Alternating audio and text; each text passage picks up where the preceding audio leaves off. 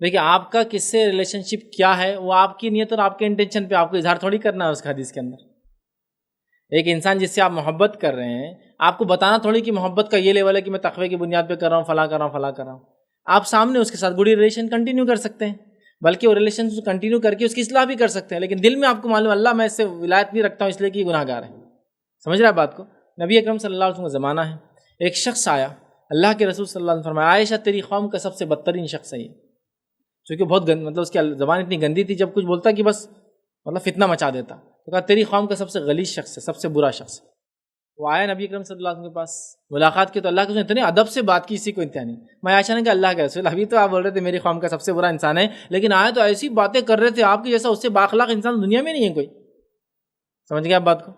نبی اکرم صلی اللہ علیہ وسلم سے اظہار نہیں کیا آنے کے بعد کہ تو سب سے برا انسان ہے، میں ابھی عائشہ کو وہی بول رہا تیرے سے برا کوئی انسان نہیں، تیرا فتنہ، کیونکہ اس کے فتنے سے خود اللہ کے رسول صلی اللہ علیہ وسلم کو بچنا ہے، اس کی اصلاح بھی کرنا ہے۔ تب آپ کو اس انسان سے بتانے کی ضرورت نہیں کہ آپ کا اس سے کیا ولایت کا درجہ ہے، آپ اپنے حد تک رکھیے کہ میں اللہ کے لیے اسے نفرت کرتا چونکہ فلاں ہے، لیکن جب ملے، جب مدد کی ضرورت ہو تو کر دے، تاکہ یہی تو وجہ ہو سکتی ہے جس کی وجہ سے ہو سکتا ہے واپس لوٹ کر آ جائے صحیح چیز پر، اور گروپزم نہ ہو۔ جیسے آپ نے کہا کہ برے لوگوں کا الگ ہی کر دیں گے تو اصلاح کب ہوں گی؟ نہیں، ان کے ساتھ رہو، لیکن اس کے معصیت اور گناہ میں بازو ہٹ جاؤ،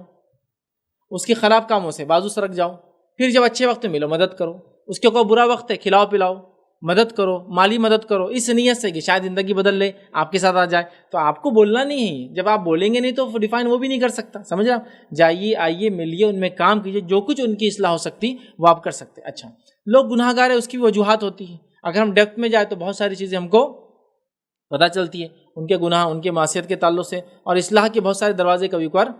کھل جاتے ہیں، یاد رکھیں کھل جاتے ہیں۔ تو ایک تو وہ گناہ گار ہے جس کو سب کچھ سہولت اللہ نے دی پھر بھی معصیت کرتا ہے، اور ایک وہ گناہ گار ہے جو مجبور ہے اپنے گناہ کرنے کے اوپر، اس کا پیٹ، اس کی بھوک، اس کے بچے، اس کی جان اس کو مجبور کر دیتے ہیں کہ وہ گناہ کی طرف جائے۔ تو آپ کو دیکھنا ہوگا، مطلب یہ اب میں کہہ رہا ہوں نا، یہ ڈیپینڈ ہے، لیکن میں نہیں کہہ سکتا کہ میری ان سے ولایت اور دوستی ان عورتوں سے میں ان میں کام کر، نہیں، لیکن ان میں جو اپنی اصلاح کر لے، ہم لوگ ان کے دوست ہیں، ان کی مدد کر سکتے ہیں، ان کا تعاون کر سکتے ہیں، جو اس برائی سے نکلنا چاہے، کیوں نہیں مدد کریں گے ایسے لوگوں؟ چونکہ تو اولین فریضہ ہے کہ لوگوں کو صرف گناہ گار بولتے رہے، ہم اس کے لیے کچھ کر بھی سکے کہ اس کو اس گناہ سے نکالا جائے، یاد رکھے۔ تو بہرحال یہ ڈیپینڈ ہے، اپنی نفرت کا اظہار مت کیجیے اس کے گناہ کی وجہ سے، نہ اس کو گروپ میں بدلنے دے کہ بھائی بہت اپنے آپ کو دیندار سمجھتے اور ہم کو الگ سمجھتے، مت کیجیے۔ آپ اپنے لیول تک رکھیے، اس کے اس گناہ اور اس کی حرکتوں کی وجہ سے اس سے کیا دوستی کا ٹرم رکھنا ہے، لیکن وقتاً فوقتاً ہر وہ چیز کرے جو اس کی ضرورت ہے۔ اچھا، کبھی کبھار وہ گناہ گار آپ کا ایسا رشتہ دار ہو جس پہ خرچ کرنا آپ پہ واجب ہو،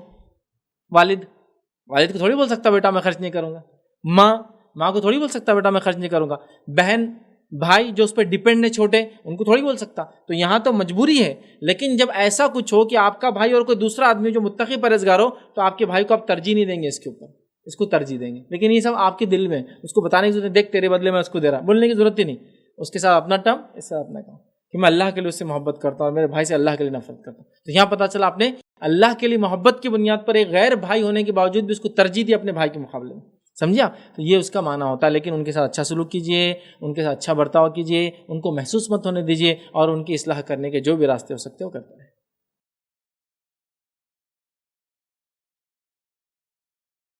السلام علیکم، آپ بھی ہمارے اس کام میں تعاون کریں اپنی زکات و صدقات کے ذریعے۔ ڈونیشن ڈیٹیلز کے لیے ڈونیٹ اس پر کلک کریں۔ اگر آپ کو ہمارے ویڈیوز پسند آئے ہیں تو اسے شیئر کریں اور سب کے حقدار بنیں۔ روزانہ ہمارے ویڈیوز کو پانے کے لیے ہمارے یوٹیوب چینل کو سبسکرائب کریں اور بیل آئکن دبائیں۔ ہم سے دیگر سوشل میڈیا پہ جڑنے کے لیے ویڈیو میں دیے گئے آئی ڈی کو سرچ کریں۔ جزاک اللہ۔